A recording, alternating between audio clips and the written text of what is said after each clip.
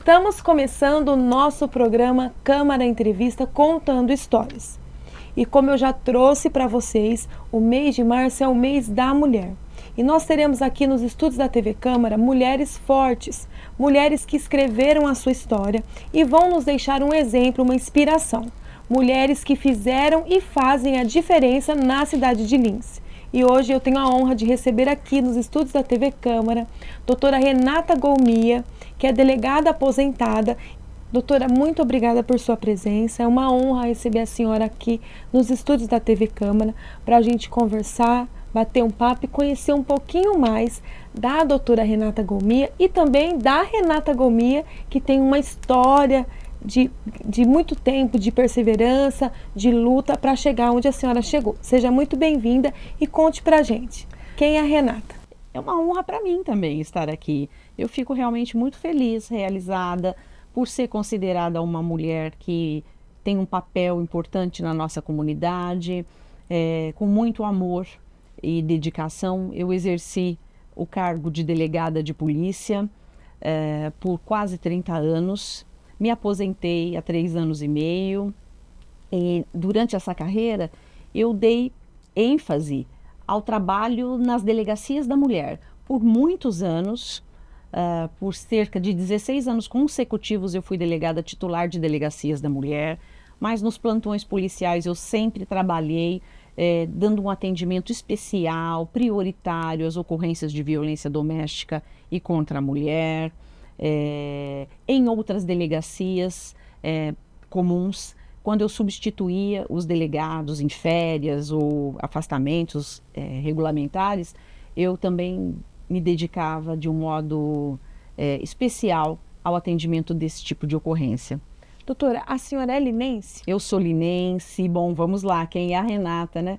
Eu sou linense, meus pais são daqui, meu pai é falecido já, minha mãe é uma professora querida, muito conhecida, a professora Cidinha Goumia. Eu tenho 3 irmãos, um irmão já falecido e 2 irmãs, a Flávia e a Fernanda. Eu tenho uma filha, a Helena, com 11 anos. E nesses 3 anos e meio depois que eu me aposentei, eu reativei a minha OAB e vim trabalhando um pouco como advogada e, ao mesmo tempo, no final da carreira de delegada, nesse período, eu ingressei na Faculdade de Psicologia do Salesiano, porque eu quis fazer uma transição profissional para a psicologia, que é uma área que eu gosto muito, e hoje eu sou psicóloga. Doutora, e conte pra gente como que começou? Como a senhora decidiu porque foi muito nova quando a senhora já iniciou o trabalho como delegada, e nesse momento de transição, como que a senhora escolheu o direito para ser a sua profissão? É interessante.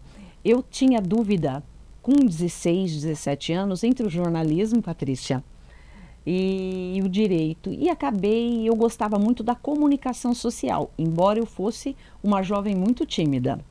A delegada Renata era uma jovem muito tímida e muito delicada. Depois se tornou uma delegada enérgica, né? Mas é delicada ainda. E eu acabei me decidindo pelo direito. Na faculdade de direito, eu me apaixonei pelo direito penal, processual penal, ou seja, pelo direito criminal, que foi a minha matéria de trabalho por toda a vida profissional, né? Aí eu fui estagiária da primeira delegada da mulher de Linz, a doutora Cibele, na Delegacia da Mulher, na DDM. Depois eu me tornei estagiária do Ministério Público, né? Fui estagiária de promotores, da promotoria de Getulina, da promotoria daqui de Linz. E com isso eu fui tendo bastante contato com processos criminais e percebi que era o que eu gostava. Olha, eu quero trabalhar com as questões criminais, porque eu já sentia muito jovem, com 17, 18 anos, no começo da faculdade, e me formei logo que eu completei 21 anos, eu me formei em Direito, eu sentia que a veia que pulsava em mim era essa, da busca pela verdade e da justiça. Então, decidi quero fazer um concurso, eu sentia que eu não queria advogar, que eu queria ocupar uma carreira pública. Sim. E fazer um concurso público. E como eu fiquei bastante tempo no Ministério Público, eu pensava, vou fazer o concurso para promotora de justiça e atuar na área criminal. Aí logo que eu me formei, eu já consegui um emprego em São Paulo, num escritório de advocacia.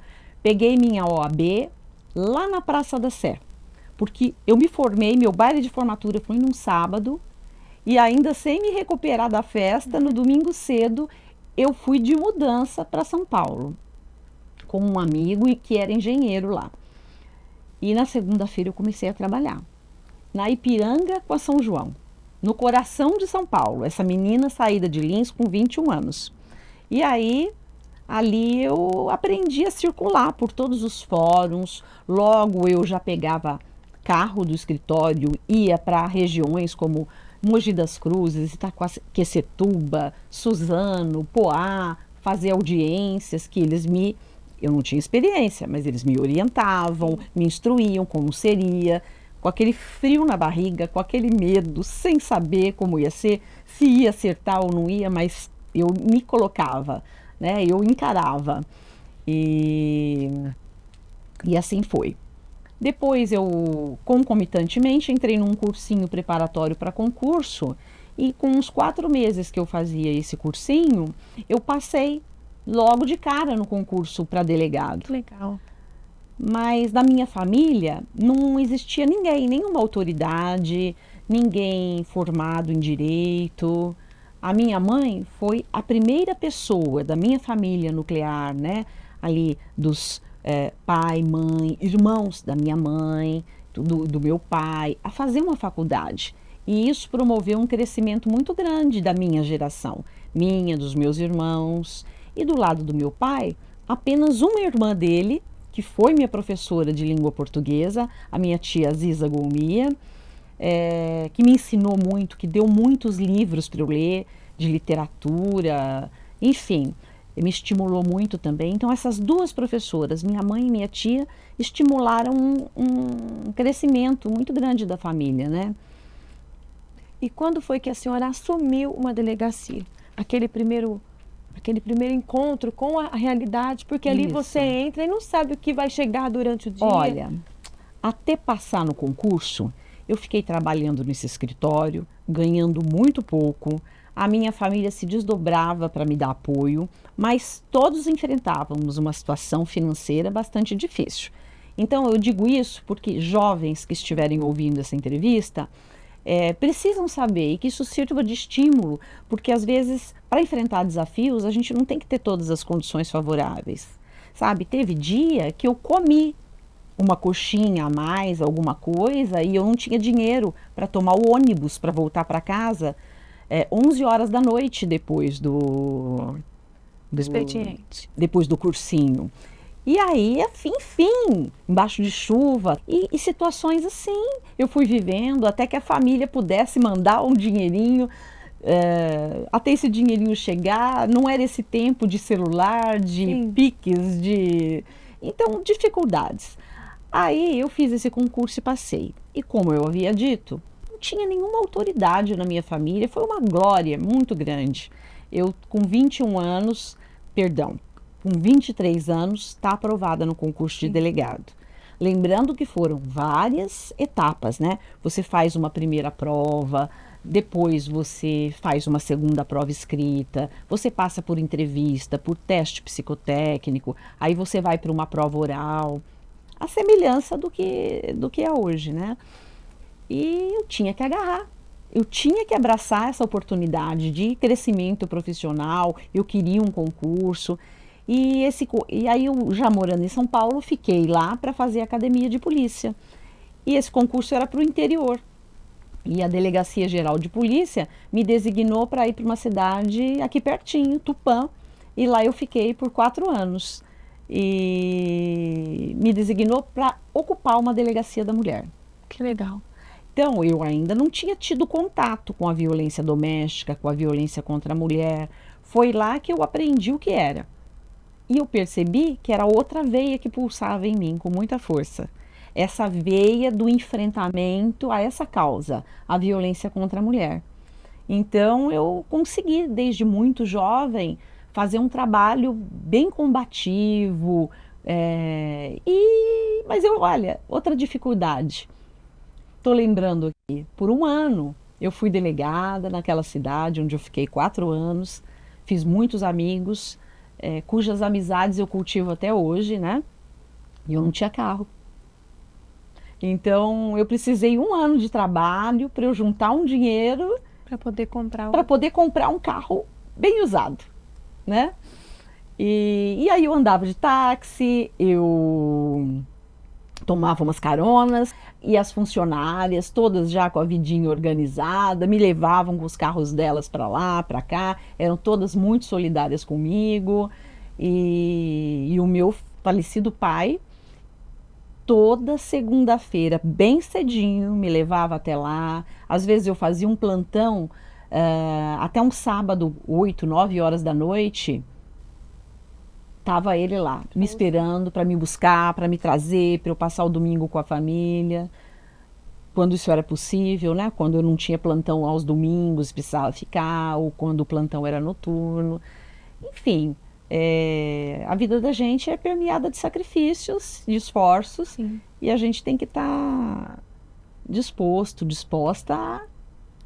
E nesse entregar. caminhar, a senhora percebeu ao longo desses anos todos, trabalhando com a mulher, que houve um aumento da procura desta mulher às delegacias de mulheres? Ou o padrão seguiu, foi o mesmo padrão? Você percebeu uma mudança no modo de ver das mulheres e de se posicionar? Olha, a conscientização, ela vem aumentando. A história das delegacias da mulher é muito bonita, é muito importante. Ela nasceu do movimento de mulheres, das feministas, que muitas pessoas não gostam de usar essa palavra, mas feministas não são mulheres que não gostam de homem. Sim. Feministas são as mulheres que lutam pela igualdade entre homens e mulheres, por uma sociedade igualitária, por uma sociedade mais democrática.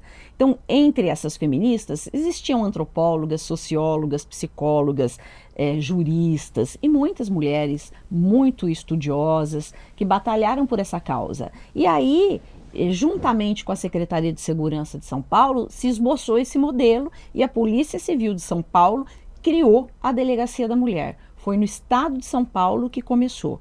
Quando foi inaugurada a primeira Delegacia da Mulher no Parque Dom Pedro, em São Paulo, em 1990, foi uma avalanche de mulheres aparecendo ali.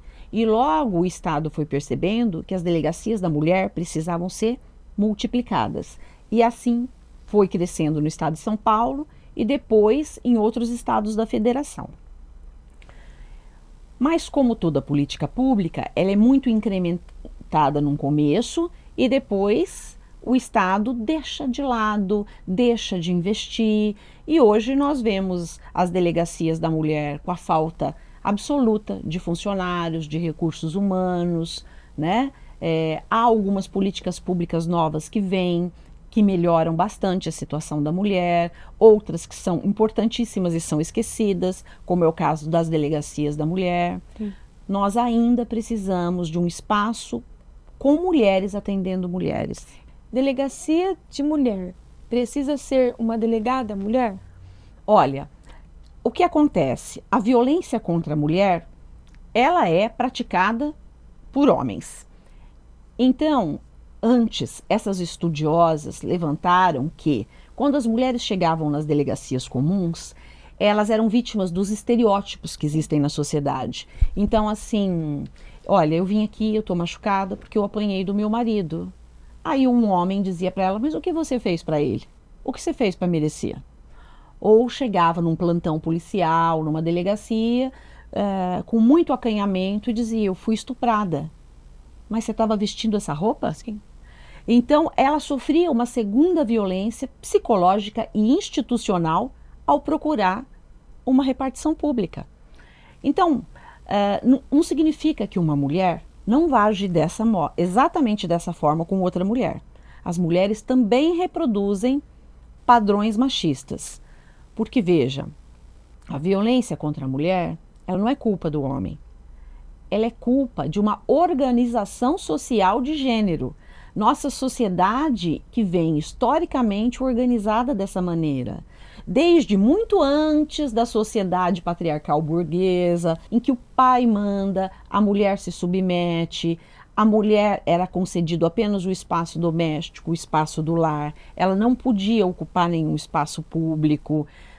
Pouco a pouco é que as mulheres foram conseguindo ocupar espaços públicos. Hoje ainda elas sofrem muita pressão para exercer o seu trabalho profissional, conciliar o cuidado com os filhos, e a colaboração de um marido, de um companheiro, ainda é vista como ajuda, quando não é mais para ser visto uma ajuda. Ah, ele me ajuda. Não. Essa divisão de tarefas domésticas é uma obrigação. É uma parceria. É uma parceria. Ele te ajuda? Não, não tem que ajudar. É obrigação dele, companheiro, marido, dividir de igual para igual. Mas isso está muito longe de acontecer, né? Está muito longe de acontecer. São pontos machistas, mas são muito enraizados e, como a senhora mesmo disse, até mesmo na visão da mulher. Mas acontece também muita violência doméstica contra mulheres na terceira idade, com mais idade. Acontece. E é uma coisa que é uma realidade que às vezes a gente de fora, quando você fala assim, que ainda acontece com essas mulheres já na melhor idade, é uma coisa que choca e que a gente é difícil até de acreditar, né? Mas acontece. E olha, o que chama atenção nisso que eu estou te falando, acontece desde lá da adolescência, é a idade reprodutiva da mulher. O período da idade reprodutiva é o período que a mulher mais sofre violência contra a mulher, né? Seja física, moral, psicológica, patrimonial ou sexual. Por que a idade reprodutiva? É quando ela está sexualmente interessante, né? É quando ela mais sofre violência sexual. E chama muita atenção que meninas adolescentes têm sofrido muita violência contra a mulher. Então, quer dizer, os jovens estão reproduzindo, estão repetindo Sim. os velhos comportamentos. Precisa urgentemente mudar a mentalidade. E não vejo outro caminho que não seja pela educação.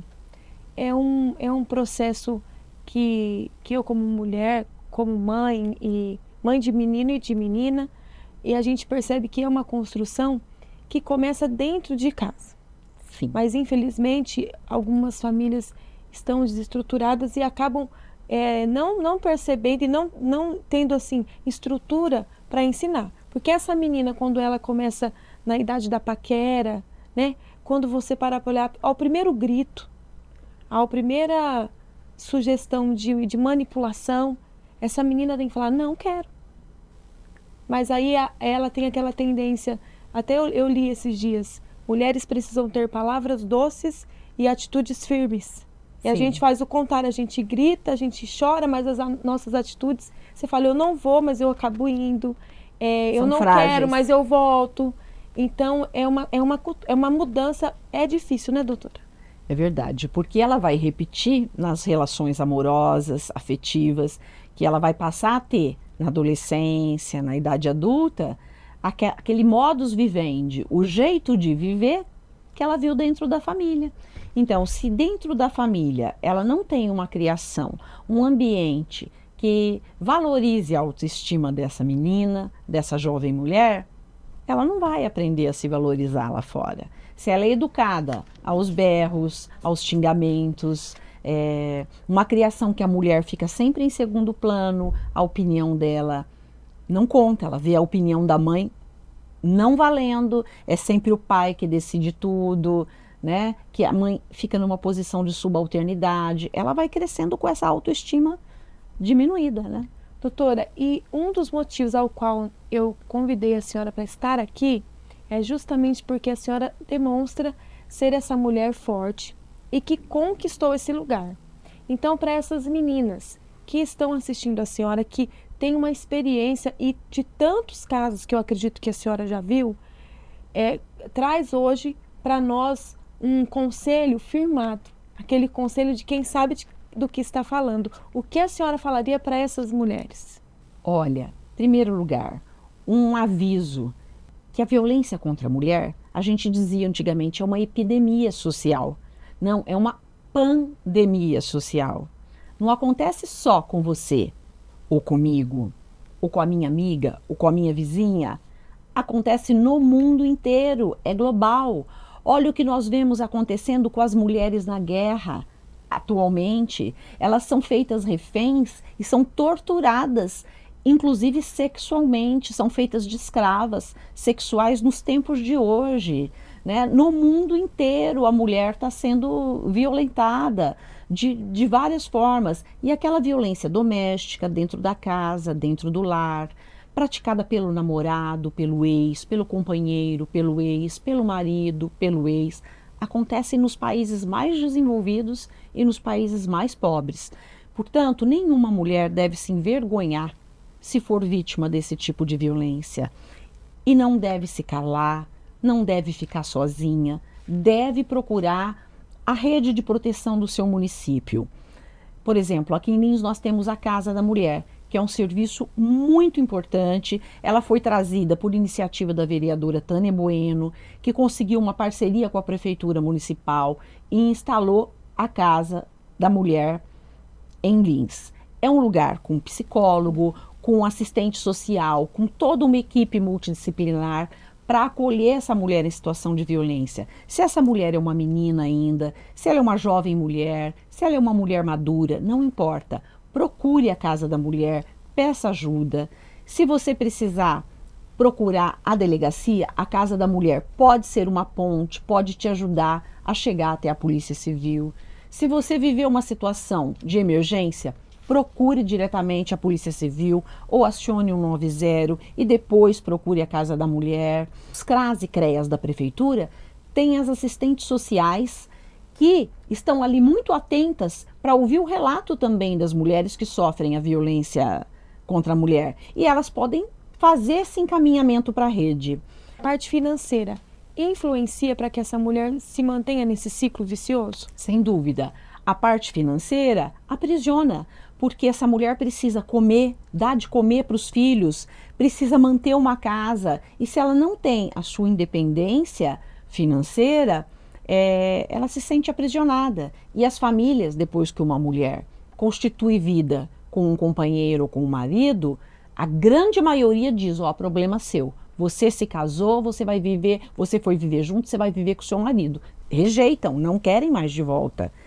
Então, o meu conselho é, meninas, mulheres, leiam tudo que aparecer na frente de vocês, jornais, revistas, os livros escolares, leiam livros, busquem na prefeitura, nas bibliotecas, se instruam, estudem.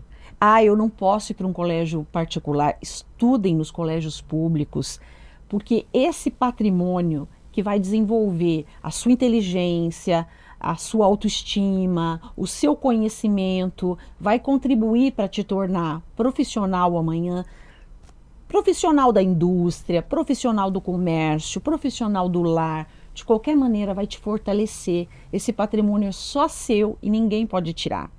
A gente entra numa fase da delegada aposentada, que continua sendo delegada.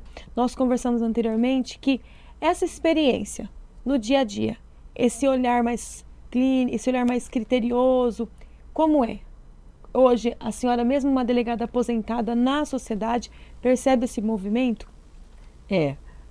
O policial, de modo geral, inclusive a delegada, sempre tem que ser muito observador, atento a detalhes, ligado, né?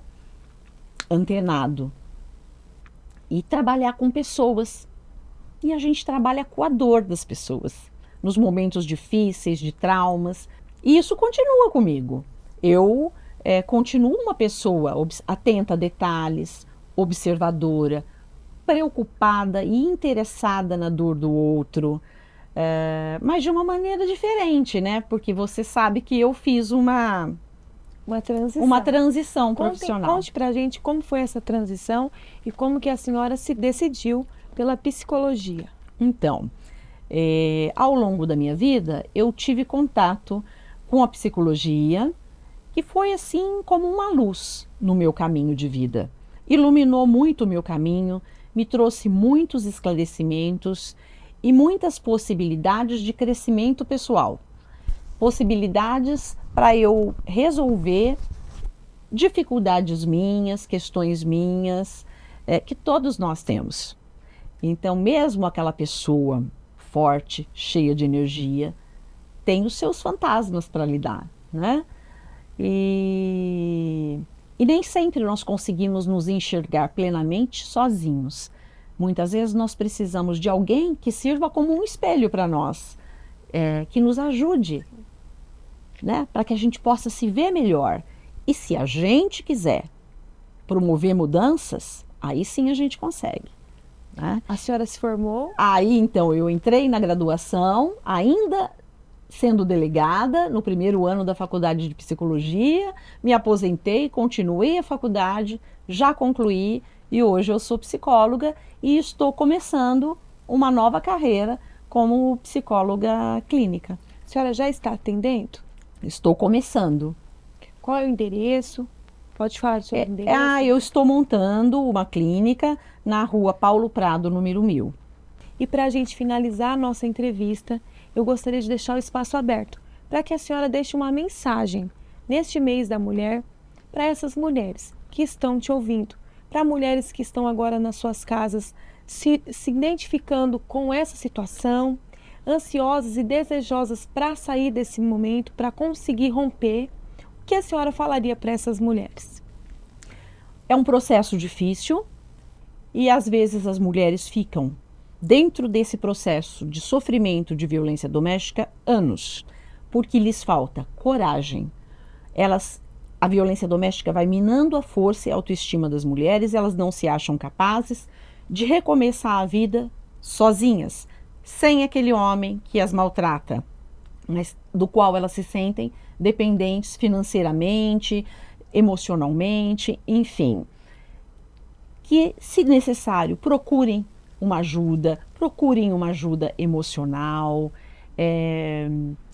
não se calem, porque o silêncio é cúmplice da violência, a violência vai só aumentando, vai só se agravando, promessas não curam violência doméstica, né? São atitudes, são providências que tratam esse problema. Procurem outras mulheres da rede de proteção que possam te ajudar e confie que você pode chegar onde você quiser, estar onde você quiser e fazer o que você quiser e o que você sonhar. E em nome do presidente da Câmara Perim, todos os vereadores, eu agradeço a presença da senhora neste mês tão especial. Muito obrigada. Eu que agradeço. Muito obrigada. Então eu agradeço a sua audiência, peço que continue nos acompanhando, tem muita novidade chegando por aí. Nós estamos nos canais do Facebook, do YouTube e do Instagram. E agora, no mês de março, a novidade. A TV Câmara torna-se uma TV em canal aberto. Nós estaremos também no canal 36.3 e nós estaremos aqui trazendo muito mais notícia para vocês, novidades e tudo o que está acontecendo no Legislativo Linense. Muito obrigada e até a próxima!